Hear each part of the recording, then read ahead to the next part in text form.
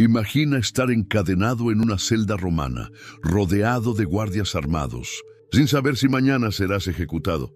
Y aún así, escribir sobre gozo inquebrantable. Suena imposible, ¿verdad? Pero esto es exactamente lo que hizo el apóstol Pablo cuando escribió Filipenses capítulo 4. Este capítulo no es solo un texto antiguo, es un código de supervivencia espiritual que ha sostenido a millones durante 20 siglos. Contiene el antídoto más poderoso contra la ansiedad, una fórmula probada para paz mental en medio del caos, y el secreto para encontrar contentamiento cuando todo se derrumba. Dos mujeres peleaban públicamente, la iglesia estaba bajo ataque, y Pablo, desde su prisión, escribió palabras que cambiarían la historia para siempre. ¿Qué hace a este capítulo tan especial? ¿Por qué psicólogos modernos confirman su efectividad científica? ¿Cómo puede una carta de hace 2000 años resolver tus problemas de hoy? En los próximos minutos descubrirás las 4 llaves maestras escondidas en este capítulo que transformarán completamente tu manera de enfrentar la vida. Prepárate, porque lo que estás a punto de descubrir no es teoría religiosa, es poder transformador real. Pablo estaba preso, no en una celda oscura y húmeda como muchos imaginan, sino bajo arresto domiciliario en Roma, vigilado día y noche por soldados romanos. Era aproximadamente el año 60 o 62 después de Cristo. Y el apóstol llevaba una cadena atada a su muñeca, conectada directamente a un guardia. Cada vez que se movía, la cadena sonaba. Cada vez que quería escribir, tenía que hacerlo con ese metal frío, recordándole su condición de prisionero. Pero algo extraño sucedía en esa casa convertida en prisión. Pablo no estaba derrotado ni silenciado. Al contrario, desde allí dictaba cartas que cambiarían el mundo para siempre.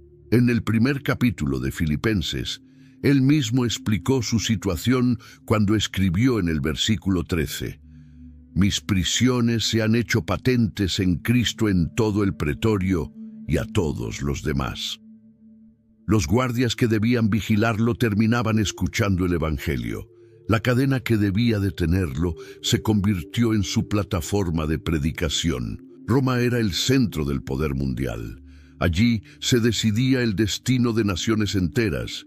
Y allí estaba Pablo, esperando que el emperador Nerón decidiera si vivía o moría.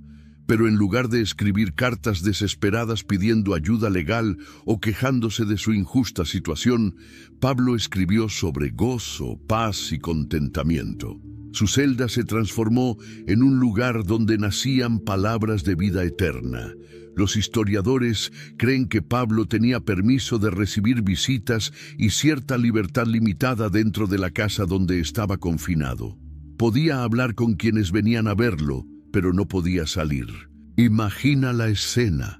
Un hombre de edad avanzada, con marcas de golpes y tortura de años de persecución, sentado en una silla simple con una cadena en su brazo, dictando palabras a un escriba mientras un soldado romano observaba cada movimiento.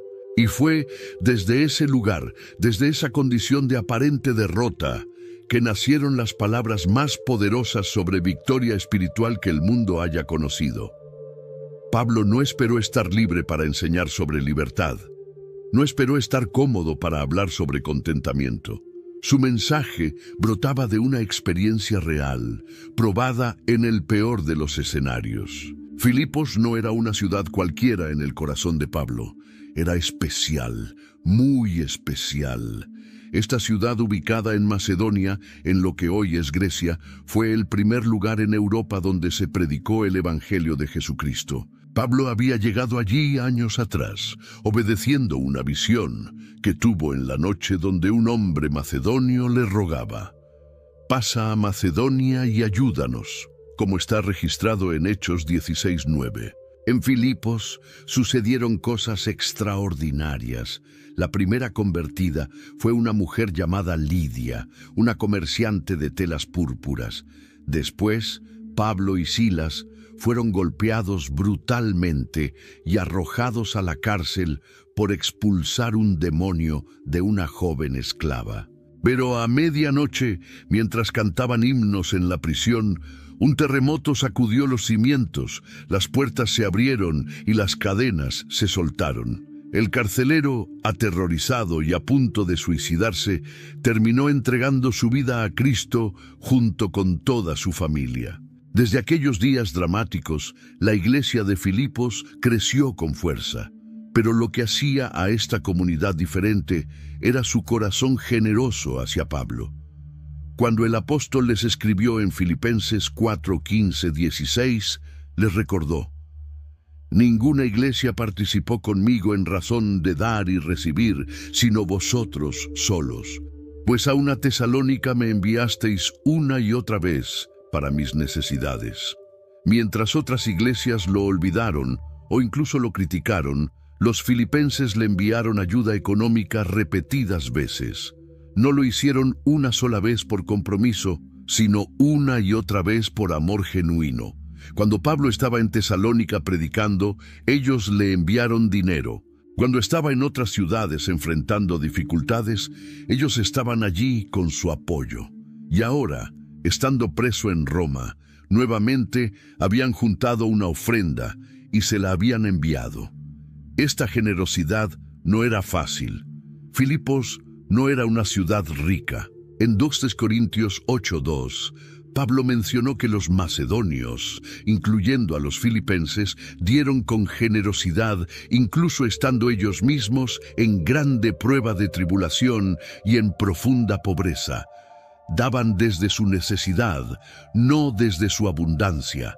Eso hacía su regalo aún más valioso. La relación entre Pablo y los filipenses no era la típica relación formal entre un líder religioso y su congregación. Era una relación de familia. Pablo los llamaba hermanos míos amados y deseados, gozo y corona mía, en Filipenses 4:1. Había un lazo emocional profundo, un amor mutuo que trascendía la distancia y las dificultades. Ellos no solo admiraban a Pablo como maestro, lo amaban como padre espiritual y él los amaba como hijos queridos. La ofrenda de los filipenses no llegó a Pablo por correo. No había servicio postal como lo conocemos hoy. Alguien tenía que hacer el peligroso viaje desde Filipos hasta Roma, llevando el dinero y probablemente también cartas y noticias de la iglesia. Ese alguien fue un hombre llamado Epafrodito. Epafrodito no era un mensajero cualquiera. Pablo lo llamó en Filipenses 2:25. Mi hermano y colaborador y compañero de milicia, vuestro mensajero y ministrador de mis necesidades. Era un líder en la iglesia de Filipos, alguien en quien la congregación confiaba plenamente para representarlos ante el apóstol. Lo enviaron no solo con dinero, sino con la misión de quedarse con Pablo y servirle en lo que necesitara durante su prisión. El viaje desde Filipos hasta Roma era largo y peligroso. Tenía que recorrer aproximadamente 1000 kilómetros por caminos difíciles, atravesando montañas, cruzando el mar, enfrentando el riesgo de ladrones y las inclemencias del clima. Pero Epafrodito aceptó la misión con valor, llevando en sus manos el amor de su iglesia para su líder espiritual preso. Sin embargo, algo terrible sucedió. En algún momento del viaje o después de llegar a Roma, Epafrodito cayó gravemente enfermo, tan enfermo que estuvo al borde de la muerte. Pablo lo describió en Filipenses 2:27 diciendo, pues en verdad estuvo enfermo, a punto de morir. No era una gripe común, era una condición seria que lo puso en peligro real de perder la vida. La noticia de su enfermedad llegó de alguna manera hasta Filipos y la iglesia quedó angustiada. Imagina la preocupación. Habían enviado a uno de sus mejores hombres en una misión de amor y ahora recibían noticias de que estaba muriendo lejos de casa, en tierra extranjera. Epafrodito, a su vez, se enteró de que su iglesia estaba preocupada por él y eso le causó más angustia. Pablo escribió en el versículo 26, porque él tenía gran deseo de veros a todos vosotros, y gravemente se angustió, porque habíais oído que había enfermado. Pero Dios tuvo misericordia. Pablo lo explicó claramente en el versículo 27. Pero Dios tuvo misericordia de él, y no solamente de él, sino también de mí, para que yo no tuviese tristeza sobre tristeza. Epafrodito se recuperó. Fue un milagro de sanidad que Pablo atribuyó directamente a la compasión divina. Si Epafrodito hubiera muerto, Pablo habría sentido tristeza sobre tristeza. La tristeza de perder a un amigo querido sumada a la tristeza de saber que murió sirviendo en una misión relacionada con él. Una vez recuperado, Epafrodito se convertiría en el portador de esta carta de vuelta a Filipos. Pablo lo envió de regreso con instrucciones específicas en el versículo 29. Recibidle, pues, en el Señor, con todo gozo, y tened en estima a los que son como él. Quería que la iglesia lo recibiera como héroe, no como alguien que había fallado en su misión. Epafrodito había arriesgado literalmente su vida por la obra de Cristo. Mientras Pablo estaba preso en Roma, la iglesia de Filipos no estaba viviendo días tranquilos. Enfrentaban problemas serios que amenazaban su existencia misma.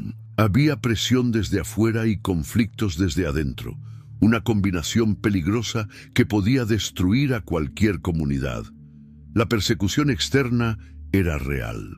Filipos era una colonia romana, lo que significaba que funcionaba como una extensión de Roma misma en territorio conquistado. Sus ciudadanos tenían privilegios especiales, pero también estaban bajo vigilancia estricta de las autoridades imperiales. Ser cristiano en ese ambiente era arriesgado.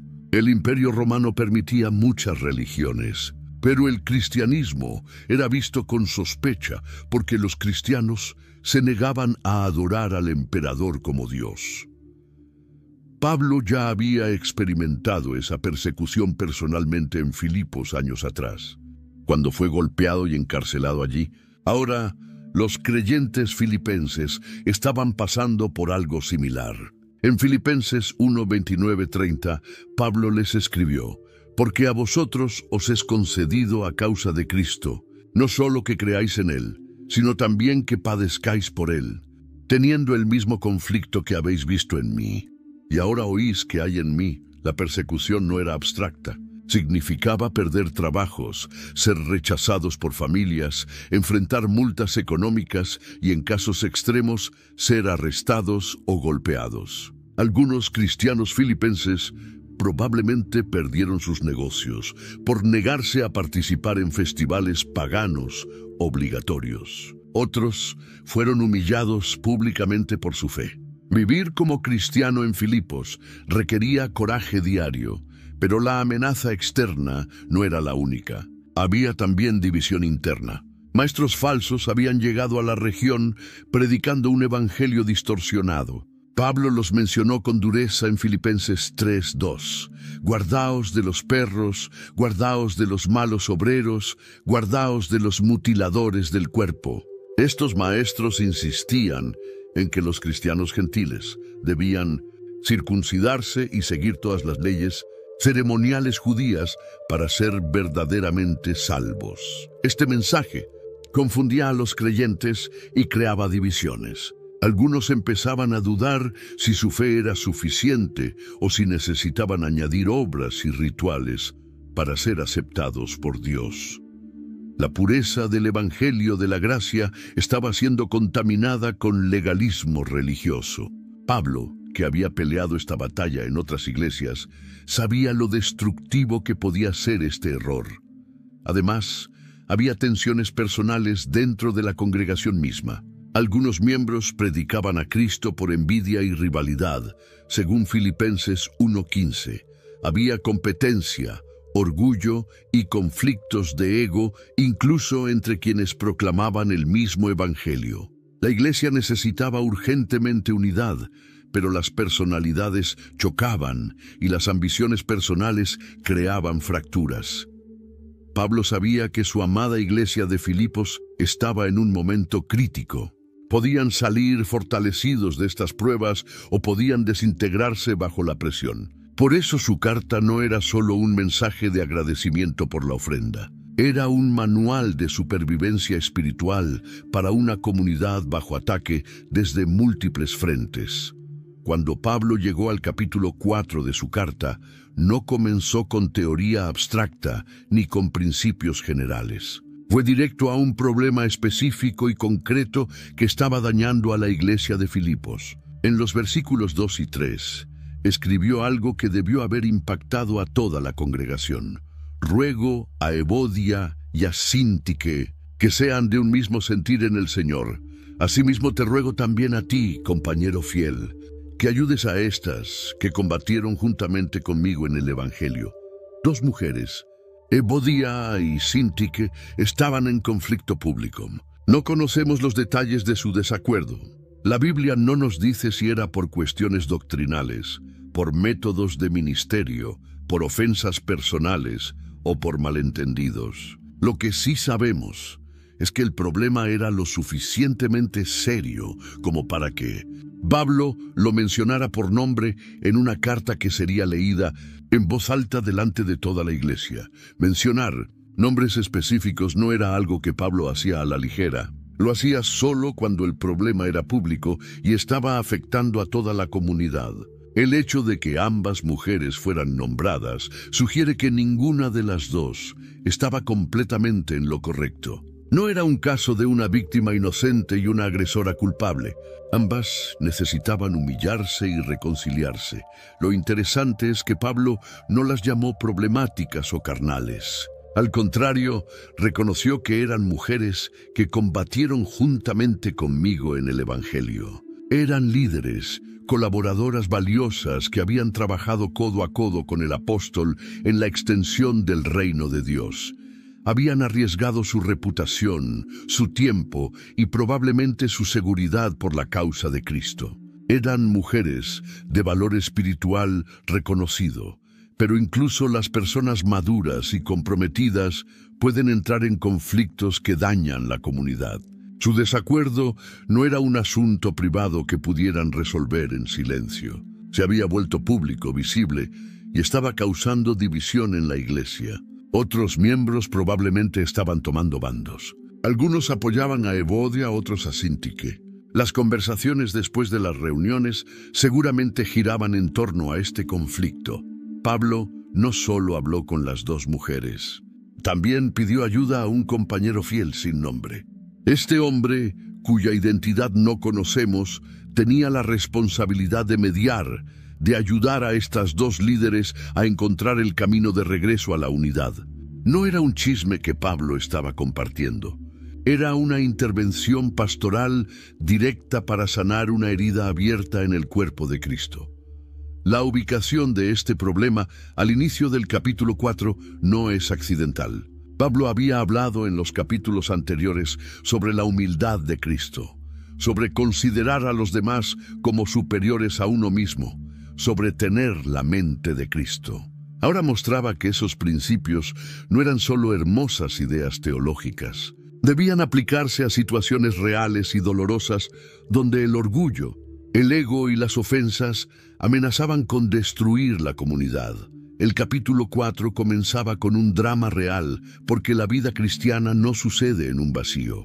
Sucede en medio de relaciones humanas complicadas, donde personas imperfectas con diferentes personalidades y opiniones deben aprender a amarse y perdonarse. Y Pablo estaba a punto de dar las herramientas prácticas para que eso fuera posible. Los primeros 3 capítulos de Filipenses habían sido un viaje teológico profundo.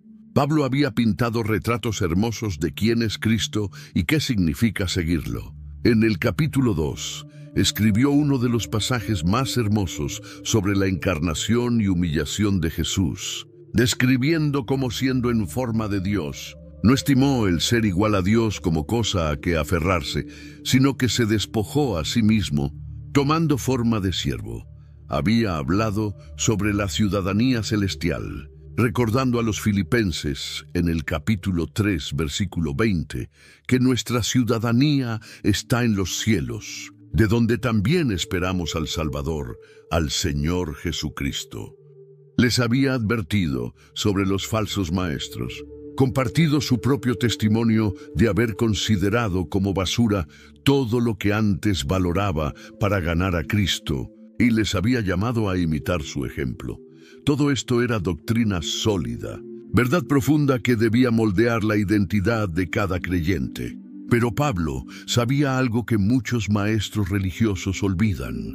La doctrina correcta, que no se traduce en vida práctica, es inútil. Puedes tener la teología más perfecta del mundo, pero si no cambia cómo tratas a tu vecino, cómo manejas tus preocupaciones, cómo reaccionas ante los problemas, entonces es solo información muerta en tu cabeza. El capítulo 4 marcaba un cambio de tono. Pablo pasaba de lo teológico a lo práctico, de lo abstracto a lo concreto, de la doctrina a la aplicación. No abandonaba la doctrina, sino que la aterrizaba en situaciones específicas que todos enfrentamos. Conflictos relacionales, ansiedad, control de pensamientos, contentamiento en medio de dificultades. Es como si Pablo dijera: ya les he mostrado el carácter de Cristo. Ya les he explicado qué significa tener su mente. Ahora les voy a mostrar cómo se ve eso el lunes por la mañana cuando te levantas y enfrentas tu día real con problemas reales y personas reales.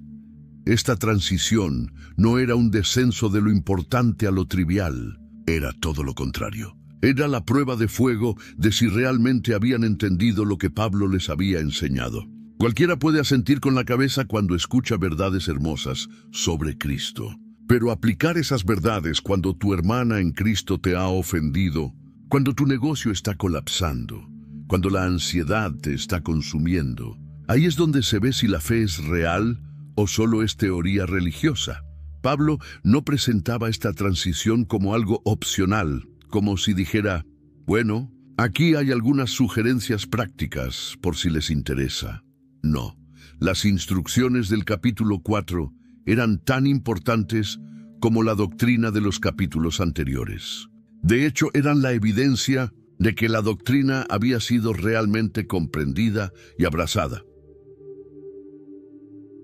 La vida cristiana nunca fue diseñada para ser una colección de creencias correctas guardadas en un compartimento mental etiquetado como religión. Fue diseñada para ser una transformación completa que afecta cada área de la existencia: cómo piensas, cómo sientes, cómo te relacionas, cómo trabajas, cómo enfrentas el sufrimiento, cómo manejas el dinero, cómo reaccionas cuando alguien te trata mal. El capítulo 4 de Filipenses es donde la goma toca el camino, donde la fe sale del templo y entra en la cocina, en la oficina, en el dormitorio, en el mercado. Y Pablo estaba a punto de entregar herramientas probadas en su propia experiencia para que cualquier creyente en cualquier época pudiera vivir con poder espiritual en medio de circunstancias difíciles. La ironía de toda esta situación era imposible de ignorar. Pablo estaba literalmente encadenado mientras escribía sobre libertad espiritual. Tenía un guardia romano a su lado, vigilando cada palabra mientras dictaba instrucciones sobre gozo, paz y contentamiento. No podía caminar libremente por las calles de Roma, pero enseñaba sobre vivir en la libertad que Cristo da. Esta paradoja no era accidental ni irrelevante, era el corazón mismo del mensaje. Si Pablo hubiera escrito estas palabras desde un palacio, viviendo en comodidad y abundancia, sus palabras habrían tenido menos peso. Cualquiera puede hablar de gozo cuando todo va bien. Cualquiera puede hablar de paz cuando no hay tormentas. Cualquiera puede hablar de contentamiento cuando todas las necesidades están satisfechas. Pero Pablo escribía desde la tormenta misma. No estaba teorizando sobre cómo sería posible tener gozo en medio del sufrimiento. Estaba viviendo ese gozo mientras sufría. No estaba imaginando cómo alguien podría tener paz en medio del caos. Estaba experimentando esa paz mientras su vida pendía de un hilo, esperando el veredicto de un emperador impredecible y cruel.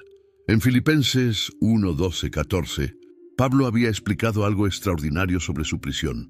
Quiero que sepáis, hermanos, que las cosas que me han sucedido han redundado más bien para el progreso del Evangelio, de tal manera que mis prisiones se han hecho patentes en Cristo en todo el pretorio y a todos los demás. Y la mayoría de los hermanos, cobrando ánimo en el Señor con mis prisiones, se atreven mucho más a hablar la palabra sin temor. Su encarcelamiento no había detenido el Evangelio, lo había expandido. Los guardias que lo vigilaban escuchaban sobre Cristo. Otros creyentes, al ver su valor, se animaban a ser más audaces en su testimonio.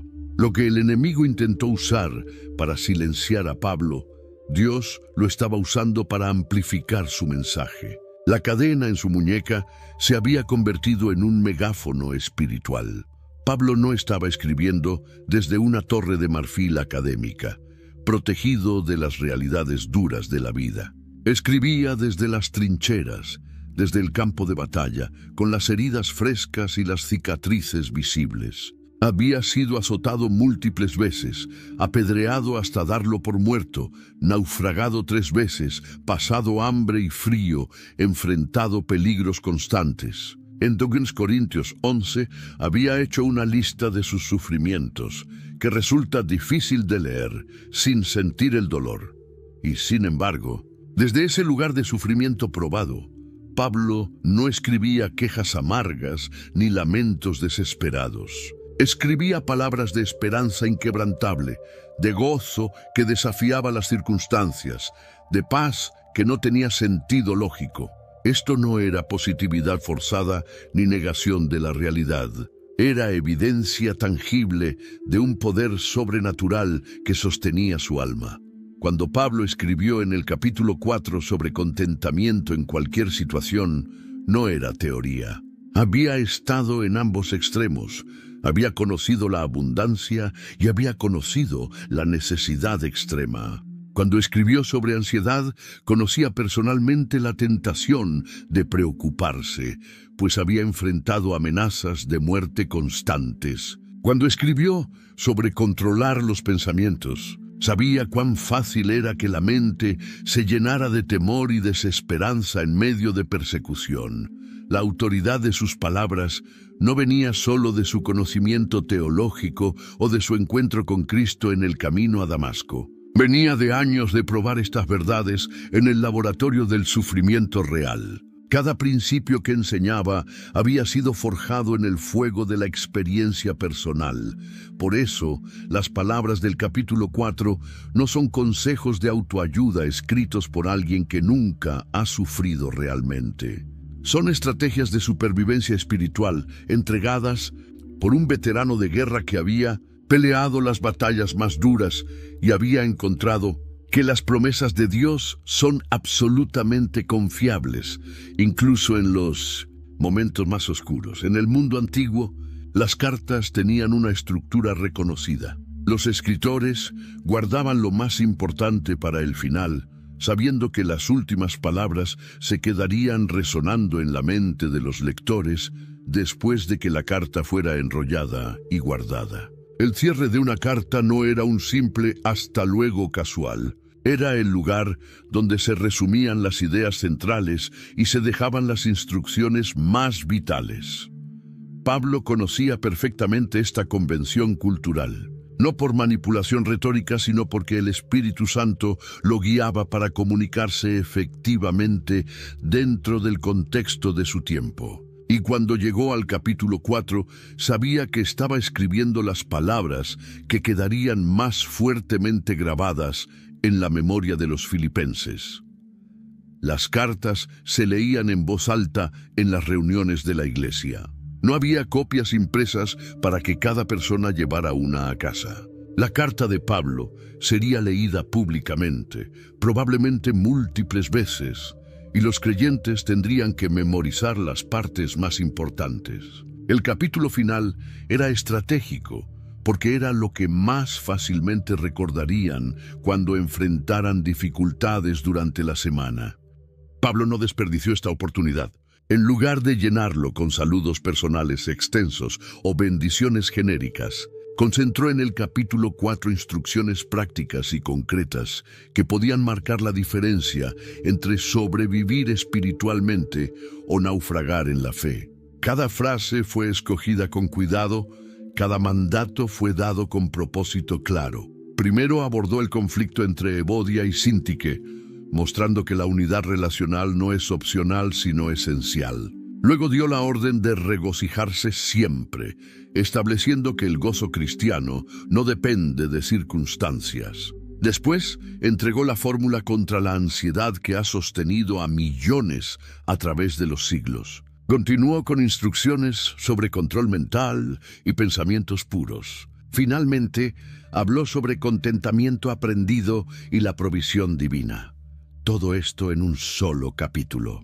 No era relleno, no era palabrería religiosa para terminar bonito. Era munición espiritual empacada cuidadosamente para que los creyentes la usaran en las batallas diarias de la vida real. Cada versículo tenía peso. Cada frase podía marcar una diferencia eternal en cómo alguien enfrentaba la adversidad. Y funcionó. Durante 2000 años, incontables creyentes han recurrido a Filipenses capítulo 4 en sus momentos más oscuros. Prisioneros en campos de concentración lo memorizaron para mantenerse cuerdos. Misioneros en situaciones peligrosas lo citaron para encontrar valor.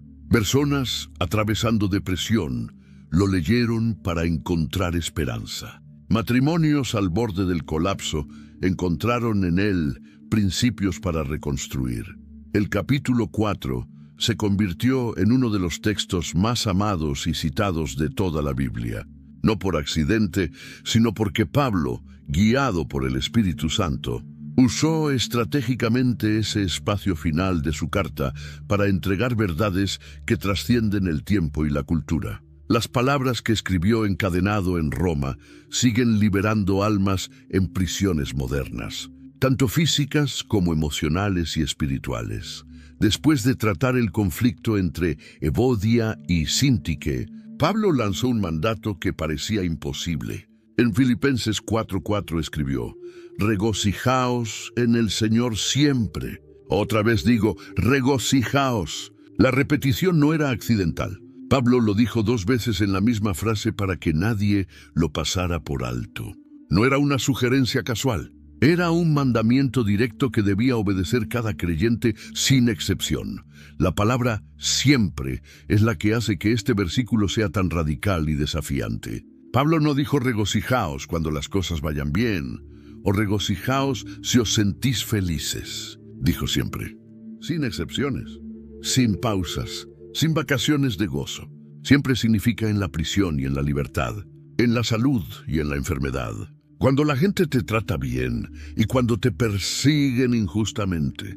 Cuando tienes dinero en el banco y cuando no sabes cómo pagarás la próxima comida. Cada momento, cada circunstancia, cada situación debe estar marcada por este gozo.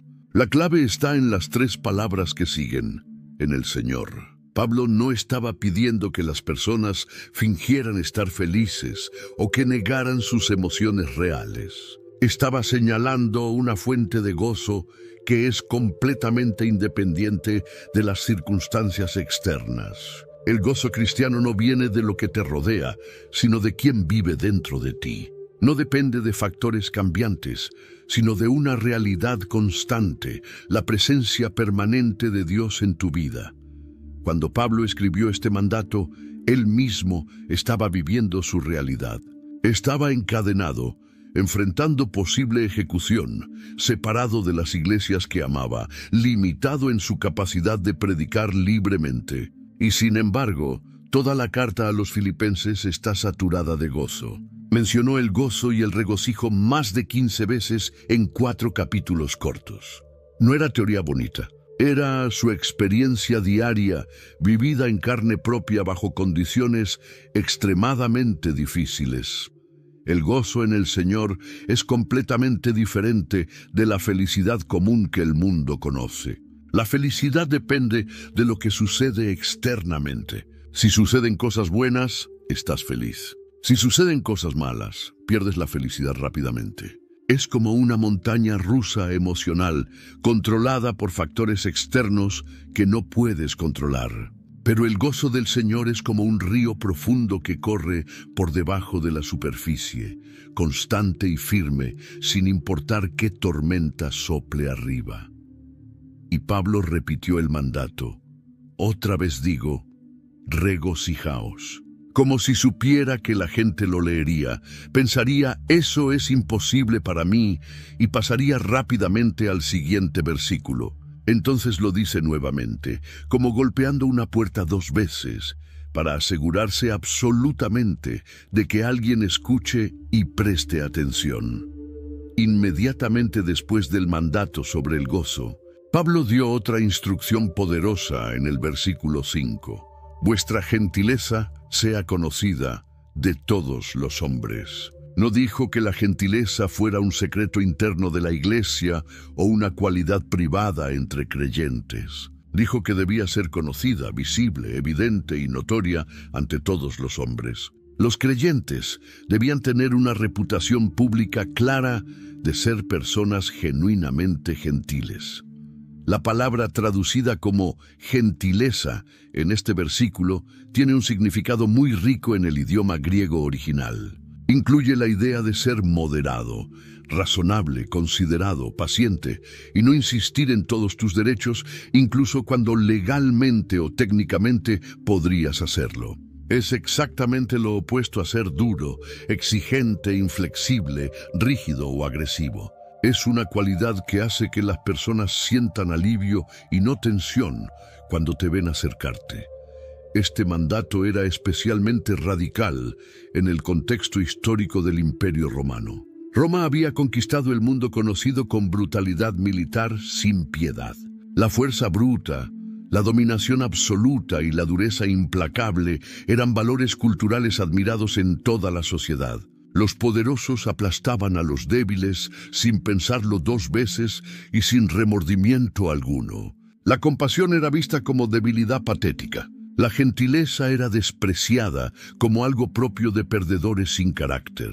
Y en medio de ese mundo violento y brutal, Pablo le decía a los cristianos que debían destacarse públicamente por ser gentiles. No con algunos selectos, sino con todos. No solo con quienes les caían bien, sino con todos los hombres sin distinción. Eso incluía a los vecinos difíciles, a los jefes injustos, a los familiares hostiles, incluso a los perseguidores que los acusaban falsamente y los maltrataban. Esta gentileza no era debilidad disfrazada de espiritualidad, era fuerza verdadera bajo control consciente. Es fácil ser gentil cuando eres débil y no tienes opciones ni poder. Pero ser genuinamente gentil cuando tienes el poder de ser duro, eso requiere carácter maduro. Jesús mismo fue el modelo perfecto de esto en toda situación. Pablo agregó algo absolutamente crucial al final del versículo. El Señor está cerca.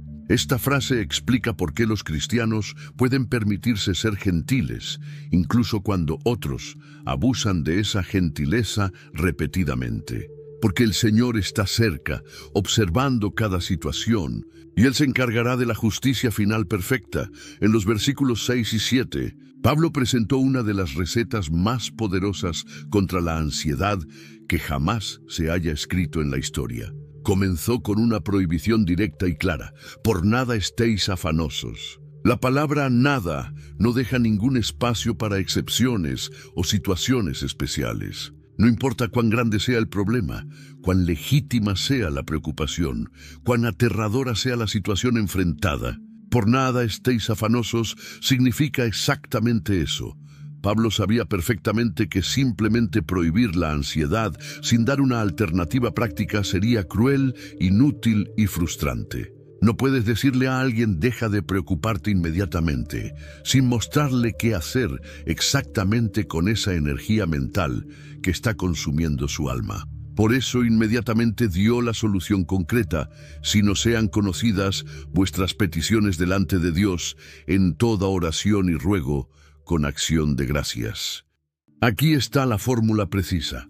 Cuando sientas ansiedad subiendo en tu pecho, Cuando los pensamientos de preocupación empiecen a girar en tu mente como tormenta destructiva, lleva eso específicamente a Dios en oración detallada.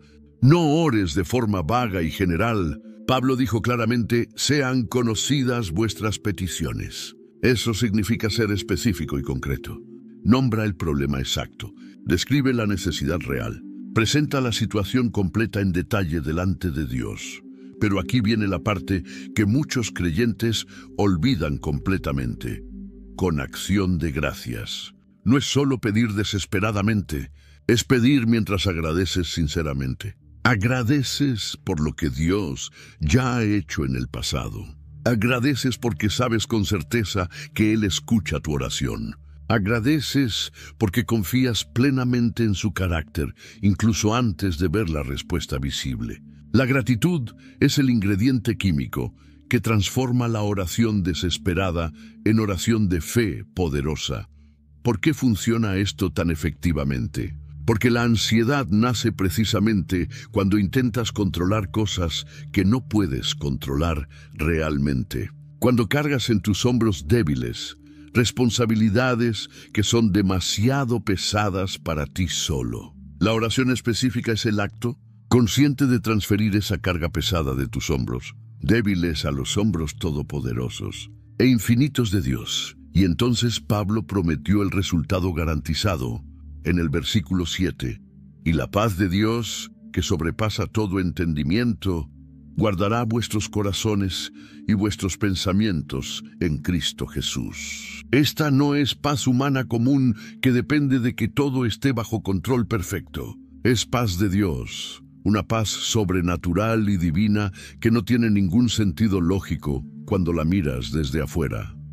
La paz que Pablo describió en detalle no es un sentimiento vago de tranquilidad pasajera. Es una fuerza protectora activa y poderosa.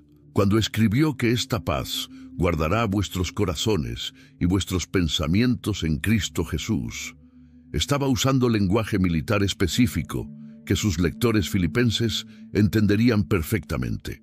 Filipos era una colonia militar romana importante. Conocían exactamente cómo funcionaban los guardias militares y las fortalezas protegidas. Un guardia romano tenía una tarea específica y clara: vigilar constantemente sin descanso y repeler cualquier amenaza inmediatamente. No dormía durante su turno asignado, no se distraía con nada. Su única responsabilidad era proteger lo que se le había confiado. Y Pablo decía que la paz de Dios funciona exactamente así en la vida del creyente fiel. Se para como centinela vigilante entre tu alma y absolutamente todo lo que intenta destruir tu estabilidad espiritual. El corazón y los pensamientos son los dos lugares exactos que necesitan mayor protección constante. El corazón representa tus emociones profundas, tus afectos personales, tu voluntad. Es donde sientes el dolor agudo, el miedo paralizante, la tristeza profunda, la frustración intensa. Los pensamientos representan tu mente racional, tu capacidad de razonar, tu forma de procesar la realidad. Ambos están constantemente bajo ataque feroz. Sin esta paz guardiana activa, el corazón se vuelve terriblemente vulnerable a la amargura corrosiva, el resentimiento destructivo, el desánimo profundo y paralizante. La mente se llena peligrosamente de obsesiones destructivas, escenarios catastróficos imaginarios, memorias dolorosas en bucle infinito. Pero cuando la paz de Dios monta guardia fielmente, hay una barrera sobrenatural que dice firmemente, hasta aquí y no más allá. Lo verdaderamente notable es que esta paz viene después de la oración con acción de gracias. No es algo que fabricas con esfuerzo mental intenso. No es resultado de repetir afirmaciones positivas hasta convencerte artificialmente. Es un regalo sobrenatural que Dios deposita directamente en tu interior cuando has vaciado completamente tu ansiedad delante de Él, en oración específica y agradecida. Y esta paz guarda específicamente en Cristo Jesús. Esa pequeña frase es absolutamente crucial para entender. No es una paz que existe flotando en el aire místico, disponible para cualquiera que aplique una técnica psicológica. Es una paz que solo se experimenta en conexión vital con Cristo vivo. En el versículo 8, Pablo cambió deliberadamente de enfoque de la oración directa a los pensamientos controlados. Escribió con precisión: por lo demás, hermanos, todo lo que es verdadero, todo lo honesto, todo lo justo, todo lo puro, todo lo amable, todo lo que es de buen nombre, si hay virtud alguna, si algo digno de alabanza, en esto pensad. Aquí estaba entregando un filtro mental de 8 puntos específicos para controlar efectivamente la vida mental. La palabra pensad es activa e imperativa. No significa que estos pensamientos aparecerán automáticamente en tu mente. Significa que debes dirigir deliberadamente y con esfuerzo consciente tu mente hacia estas cosas específicas. Es una decisión consciente y continua de qué vas a permitir que ocupe tu espacio mental limitado. Pablo sabía algo que la ciencia moderna ha confirmado repetidamente. Aquello en lo que meditas constantemente determina directamente quién te conviertes. El primer filtro es verdadero. En un mundo lleno de mentiras, exageraciones y distorsiones, los creyentes deben anclar sus mentes firmemente en la verdad objetiva, no en chismes sin confirmar, no en teorías paranoides sin fundamento, no en noticias falsas que alimentan el miedo irracional. Solo lo que es genuinamente verdadero merece espacio en tu mente. Lo honesto significa lo que es digno de respeto y honor genuino. Son cosas que tienen peso moral real, que inspiran reverencia auténtica. Es lo opuesto exacto a lo vulgar, lo trivial, lo degradante, lo que rebaja. Si algo hace que tu espíritu se sienta sucio o rebajado, no pasa este filtro. Lo justo se refiere a lo que está moralmente correcto según Dios. No lo que es legal técnicamente o lo que todos hacen, sino lo que es genuinamente recto ante Dios. Si sabes que algo es injusto, aunque sea popular o ventajoso personalmente, no debe ocupar tu mente. Lo puro habla directamente de limpieza moral. En una cultura saturada de contenido sexual explícito, violencia gratuita y lenguaje corrompido, este filtro elimina cantidades masivas de lo que el mundo ofrece. Si contamina tu espíritu, si deja residuos de vergüenza, no es puro. Lo amable tiene que ver con lo que inspira afecto y calidez, no lo áspero, lo cruel, lo que endurece el corazón. Lo de buen nombre significa lo que tiene buena reputación por buenas razones. Pablo agregó 2 más. Si hay virtud alguna, si algo digno de alabanza. En el versículo 9, Pablo no se detuvo en teoría abstracta. Escribió con autoridad personal. Lo que aprendisteis y recibisteis y oísteis y visteis en mí, esto haced, y el Dios de paz estará con vosotros. 4 verbos conectados al aprendizaje completo: aprender, recibir, oír, ver. Todos culminan en un solo verbo de acción: hacer. El conocimiento sin práctica es completamente inútil.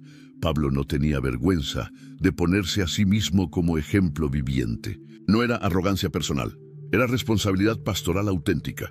Estaba diciendo claramente: no les estoy pidiendo absolutamente nada que yo no viva personalmente. Pueden mirar mi vida, lo que aprendieron de mi enseñanza, lo que recibieron como tradición que les pasé, lo que oyeron salir de mi boca, lo que vieron en mis acciones. Háganlo. Esta era la diferencia fundamental entre Pablo y los maestros religiosos hipócritas que Jesús condenó duramente. Aquellos decían una cosa y hacían otra completamente diferente. Cargaban a las personas con mandatos imposibles que ellos mismos no seguían. Pablo, en cambio, vivía primero lo que enseñaba. Su vida era un manual visual de cómo aplicar el Evangelio. Los filipenses habían aprendido de Pablo durante el tiempo que estuvo con ellos fundando la iglesia. Habían recibido las tradiciones y enseñanzas que él les transmitió como depósito sagrado. Habían oído sus sermones, sus consejos, sus oraciones públicas. Y lo más importante, habían visto cómo vivía cuando nadie lo obligaba a actuar. Cuando Pablo fue golpeado y encarcelado en Filipos, ellos vieron cómo respondió. No con amargura, sino con cantos a medianoche. No con quejas, sino con testimonio al carcelero. Cuando enfrentó oposición de otros predicadores envidiosos, ellos escucharon su respuesta llena de gracia. Ahora Pablo decía, «Esto haced». No era suficiente admirar su ejemplo. No bastaba con estar de acuerdo con sus enseñanzas. Debían ponerlas en práctica en sus propias vidas. Y entonces vino la promesa poderosa, «Y el Dios de paz estará con vosotros». En los versículos 11 y 12, Pablo compartió algo profundamente personal sobre su viaje espiritual largo. Escribió, «No lo digo porque tenga escasez, pues he aprendido a contentarme, cualquiera que sea mi situación. Sé vivir humildemente y sé tener abundancia. En todo y por todo estoy enseñado, así para estar saciado como para tener hambre, así para tener abundancia como para padecer necesidad». La palabra clave aquí es aprendido. Pablo no nació con un temperamento naturalmente contento. No era su personalidad innata, era algo que tuvo que aprender a través de experiencias. Y si él tuvo que aprenderlo, eso significa que cualquier persona puede aprenderlo. El contentamiento no es genético, es una habilidad espiritual que se desarrolla. Pablo había experimentado ambos extremos del espectro económico. Había conocido la abundancia material y la pobreza extrema. Había tenido tiempos de estar saciado con comida y tiempos de hambre real. Había vivido temporadas de tener más que suficiente y temporadas de necesidad apremiante. Y en ambos extremos había descubierto cómo estar contento. Esto es revolucionario, porque la mayoría de las personas ponen su contentamiento en el futuro incierto. Dicen, cuando consiga ese trabajo, entonces estaré contento. Cuando me case, entonces estaré satisfecho. Pero Pablo había descubierto que el contentamiento nunca se encuentra en circunstancias externas. El contentamiento no significa resignación pasiva. No es decir, bueno, supongo que esto es lo mejor que puedo esperar, así que me conformo. Eso es derrota disfrazada de espiritualidad. El contentamiento verdadero es algo completamente diferente. Es una profunda satisfacción en Dios mismo. Pablo dijo, «En todo y por todo estoy enseñado». Cada situación difícil fue una lección. Cada temporada de abundancia fue una prueba. Cada necesidad fue una oportunidad de aprender a confiar.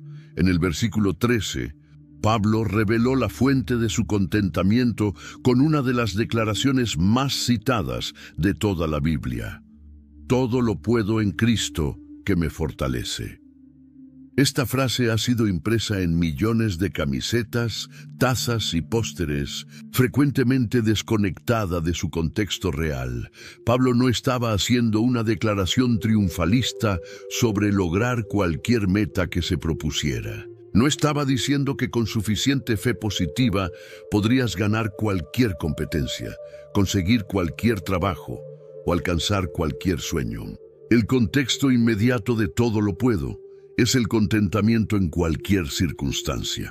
Lo que Pablo estaba diciendo era esto: tengo la capacidad, dada por Cristo, de enfrentar cualquier situación que la vida me presente, ya sea abundancia o necesidad, ya sea éxito o sufrimiento, ya sea libertad o prisión. Nada puede quebrarme espiritualmente porque Cristo mismo me fortalece constantemente.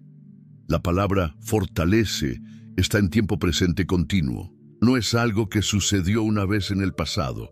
Es algo que Cristo hace momento a momento. Cada vez que Pablo enfrentaba una nueva dificultad, Cristo le daba nueva fuerza. Cada vez que una circunstancia amenazaba con abrumarlo, Cristo inyectaba nuevo poder. Este poder no era algo que Pablo poseía. Era algo que Cristo compartía con él en una relación viva y activa. Pablo no se levantaba cada mañana pensando, tengo suficiente fuerza almacenada en mí para enfrentar hoy. Se levantaba pensando, Cristo vive en mí. Esta verdad transformó cómo Pablo veía las dificultades. En lugar de verlas como obstáculos que debía evitar, las veía como oportunidades para experimentar el poder de Cristo de nuevas formas. Cada situación imposible era una invitación a ver a Cristo hacer lo que Pablo no podía. El todo que Pablo podía hacer no era una lista ilimitada de logros impresionantes. Era la capacidad de mantenerse fiel a Cristo, vivir con integridad, amar cuando es difícil, perdonar cuando duele. La frase en Cristo es absolutamente central. El conflicto entre Evodia y Síntique no era un problema antiguo sin relevancia hoy. Era un patrón que se repite en cada generación. Dos personas valiosas, ambas comprometidas con la misma causa, pero incapaces de trabajar juntas. Pablo no ignoró este problema. En Filipenses 4, 2, 3, intervino directamente. Ruego a Evodia y a Síntique que sean de un mismo sentir en el Señor. Asimismo te ruego también a ti, compañero fiel, que ayudes a estas que combatieron juntamente conmigo en el Evangelio. Aquí estaba el protocolo para sanar relaciones rotas. Primero, Pablo llamó a ambas mujeres por nombre. No señaló a una como culpable. Ambas necesitaban cambiar. Esto es crucial en conflictos modernos. Matrimonios donde ambos tienen responsabilidad, amistades dañadas donde ambos contribuyeron al problema, equipos de trabajo donde la tensión viene de ambos lados. El llamado era específico: sean de un mismo sentir en el Señor. Pablo no pidió que estuvieran de acuerdo en todo. Les pidió unidad en lo esencial, su relación con el Señor. Podían tener personalidades diferentes, opiniones distintas, pero debían estar unidas en Cristo. Este principio funciona cuando dos personas en conflicto recuerdan que pertenecen al mismo Señor. Segundo, Pablo involucró a un tercero. Pidió a un compañero fiel que ayudara. No dejó que las dos mujeres pelearan solas. Trajo mediación. En matrimonios fracturados hoy, esto significa buscar consejería. En amistades rotas, significa pedir ayuda a alguien maduro que ambas partes respeten. Tercero, Pablo les recordó su historia compartida.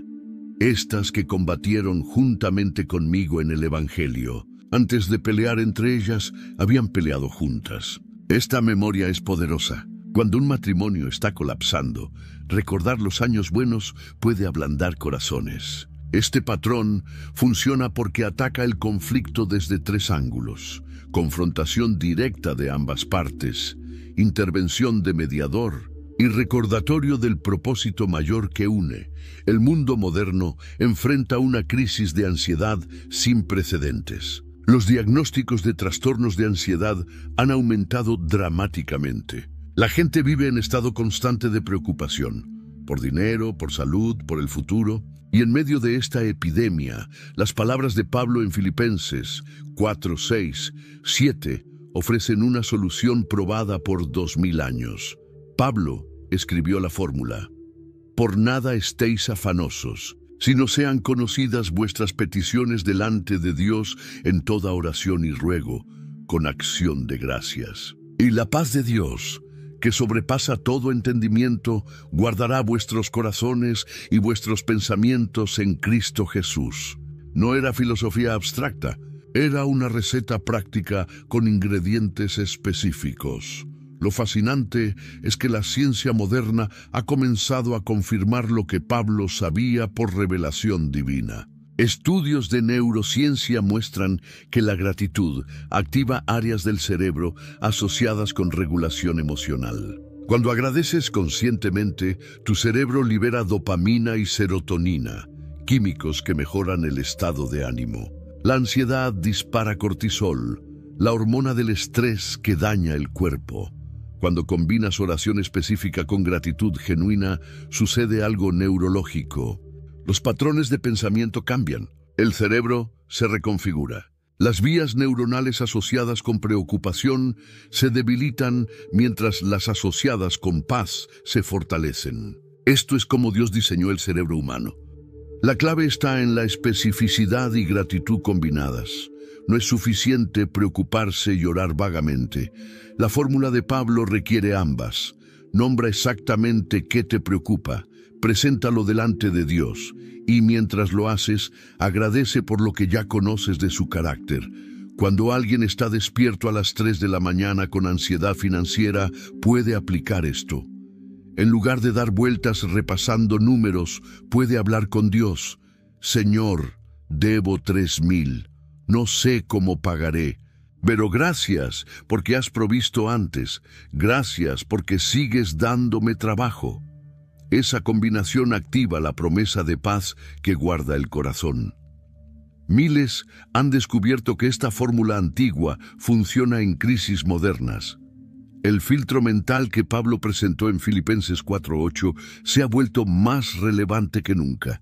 Escribió: por lo demás, hermanos, todo lo que es verdadero, todo lo honesto, todo lo justo, todo lo puro, todo lo amable, todo lo que es de buen nombre, si hay virtud alguna, si algo digno de alabanza, en esto pensad.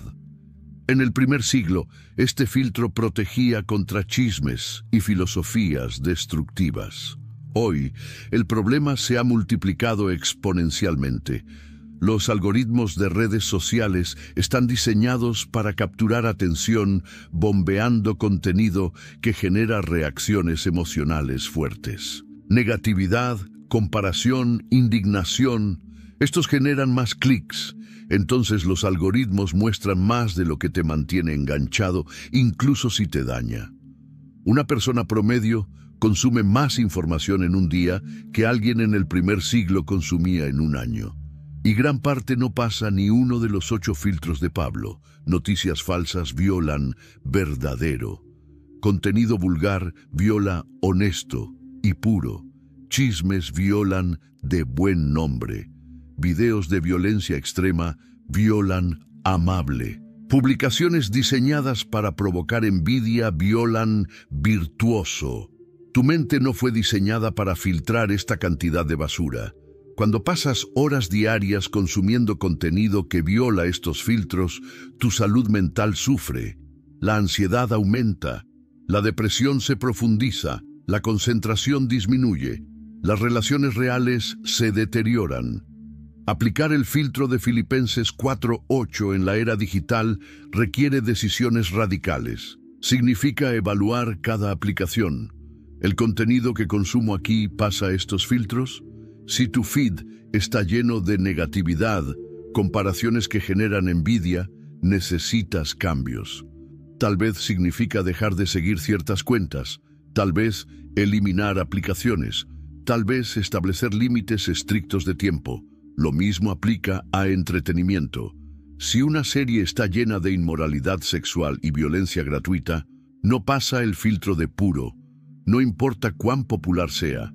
Y las conversaciones también necesitan este filtro. Si tus conversaciones siempre se convierten en sesiones de queja y chismes, están envenenando tu mente. La desintoxicación mental requiere ser agresivo en proteger lo que entra en tu mente. La sociedad moderna funciona con un motor específico: insatisfacción perpetua. Todo el sistema económico depende de que nunca estés contento. Los anuncios están diseñados para crear necesidades que no sabías que tenías. Las redes sociales te muestran constantemente lo que otros tienen. La moda cambia cada temporada. Los teléfonos lanzan nuevos modelos cada año. Esta programación cultural es opuesta a lo que Pablo enseñó en Filipenses 4:11-12. He aprendido a contentarme, cualquiera que sea mi situación. Sé vivir humildemente y sé tener abundancia. En todo y por todo estoy enseñado, así para estar saciado como para tener hambre, así para tener abundancia como para padecer necesidad. Pablo había descubierto que el contentamiento es interno, no externo. El sistema te dice: cuando tengas este auto, entonces serás feliz. Compras el auto. Eres feliz por 2 semanas. Luego ves un auto mejor y la insatisfacción regresa. es una cinta sin fin de deseo, sin satisfacción. Pablo ofrece escape de esta prisión. El contentamiento que él aprendió no dependía de circunstancias. Podía estar contento con poco o con mucho. La clave estaba en dónde encontraba su satisfacción. En Cristo, no en cosas. Cuando tu identidad está arraigada en Dios, las cosas materiales pierden su poder.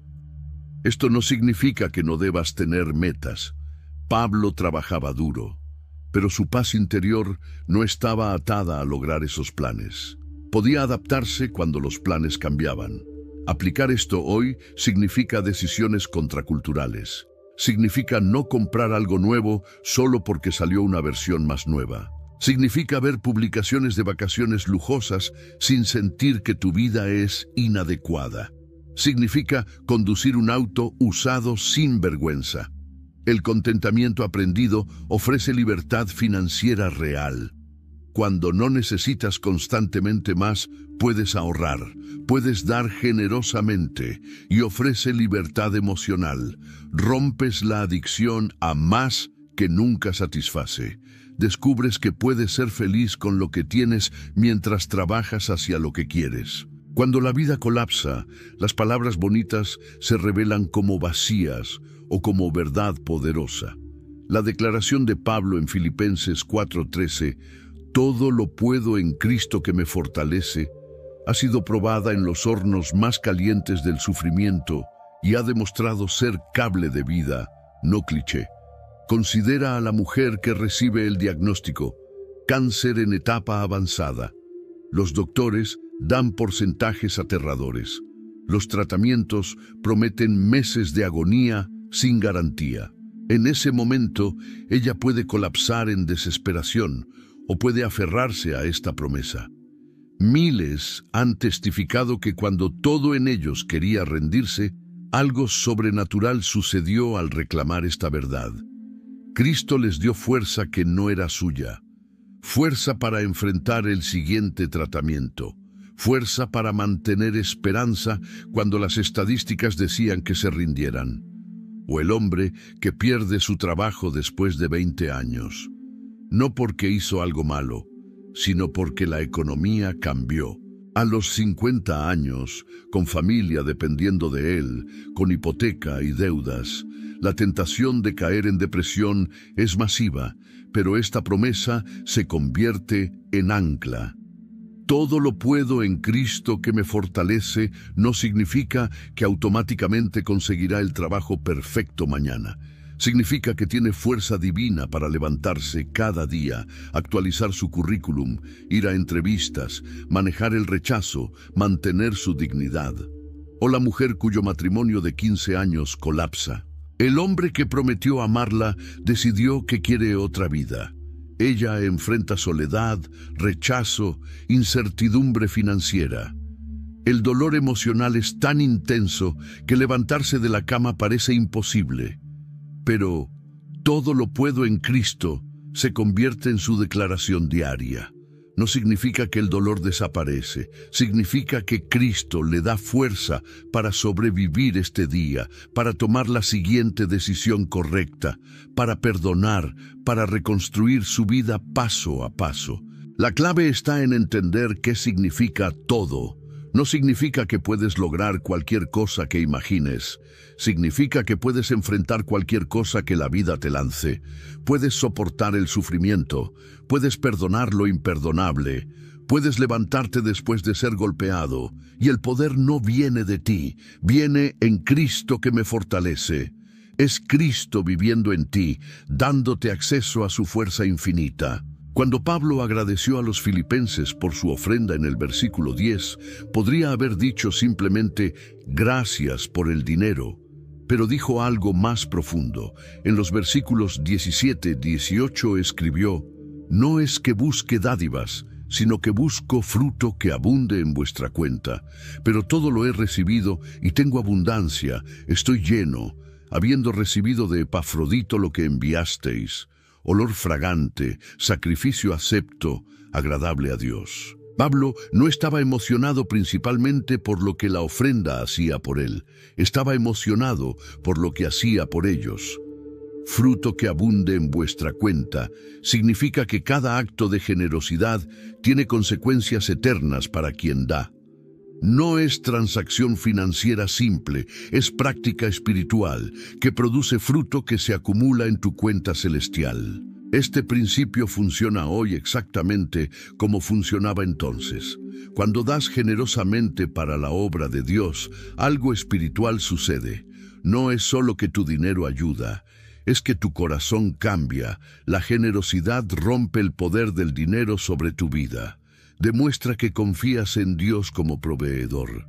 Y Pablo llamó a su ofrenda olor fragante, sacrificio acepto, agradable a Dios. No estaba hablando de su propia apreciación. Estaba diciendo que Dios mismo recibió su ofrenda como adoración. Cuando dieron dinero para sostener el ministerio, Dios lo vio como si le estuvieran ofreciendo incienso en su altar. La generosidad es adoración. La Biblia promete que la generosidad estratégica resulta en bendición. No es prosperidad tipo lotería, es un principio de mayordomía. Dios confía más recursos a quienes demuestran fidelidad. Lucas 6:38 dice: «Dad y se os dará, medida buena, apretada, remecida y rebosando, darán en vuestro regazo». Miles han probado esto.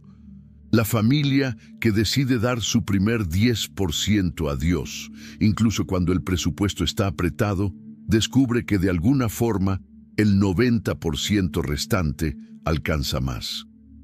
La persona que ve una necesidad y da sacrificialmente, encuentra que sus propias necesidades son cubiertas de formas inesperadas. Esto no es magia, es cómo funciona el reino de Dios. El patrón que los filipenses demostraron al apoyar a Pablo era un modelo de cómo debe funcionar la comunidad cristiana. Cuando Pablo estaba en prisión, vulnerable y necesitado, ellos no lo olvidaron. Juntaron dinero, enviaron a Epafrodito con la ofrenda y con el encargo de quedarse para servir a Pablo. Arriesgaron la vida de uno de sus mejores líderes para asegurarse de que Pablo no peleara su batalla solo. Este modelo es desesperadamente necesario hoy. Demasiados creyentes están luchando batallas en aislamiento. Están lidiando con depresión, pero no le dicen a nadie. Están enfrentando crisis financieras, pero tienen vergüenza de pedir ayuda. Están atravesando crisis matrimoniales, pero mantienen la fachada. Están batallando con adicciones, pero no confían en nadie. Y el enemigo usa ese aislamiento para destruirlos. Los grupos pequeños, cuando funcionan correctamente, replican el patrón de los filipenses. No son solo estudios bíblicos académicos, son comunidades donde las personas conocen las batallas reales de los demás y se comprometen a sostener mutuamente. Cuando alguien está desempleado, el grupo ayuda con comida y contactos laborales. Cuando alguien está en el hospital, el grupo se organiza para visitas. Cuando alguien está luchando con tentación, el grupo provee rendición de cuentas y oración. La mentoría funciona igual.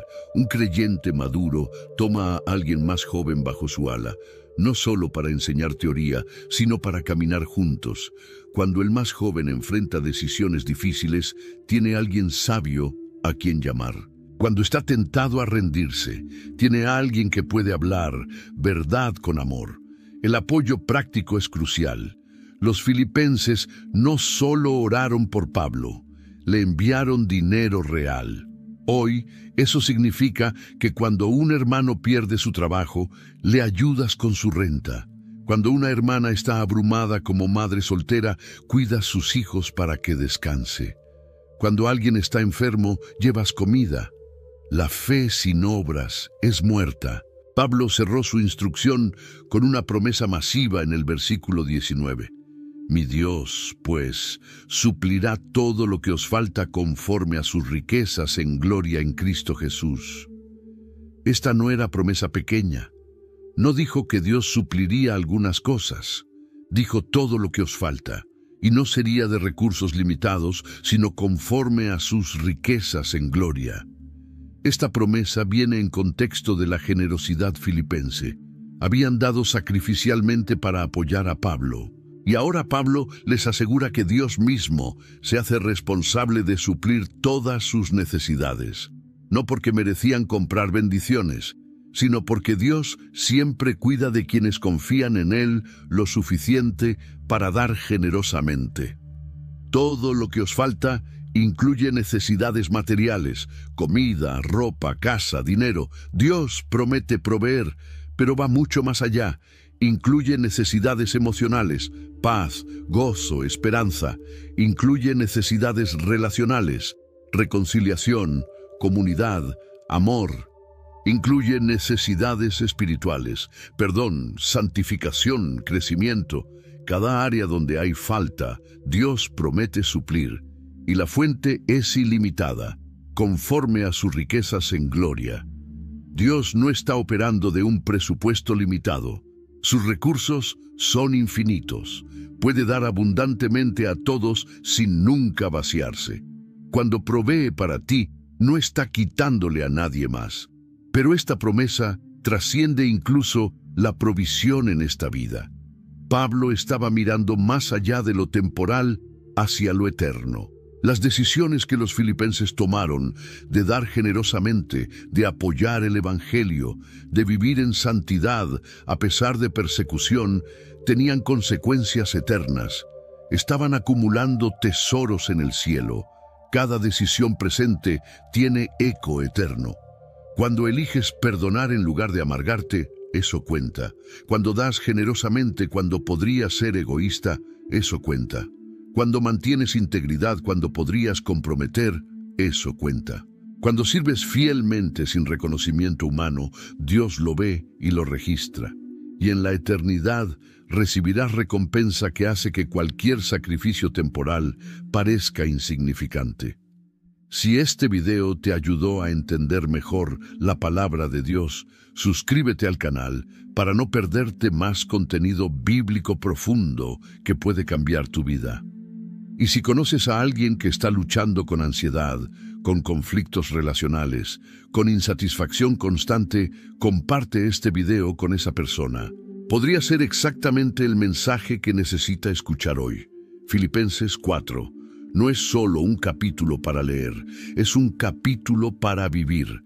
Que Dios te dé gracia para aplicar estas verdades cada día de tu vida.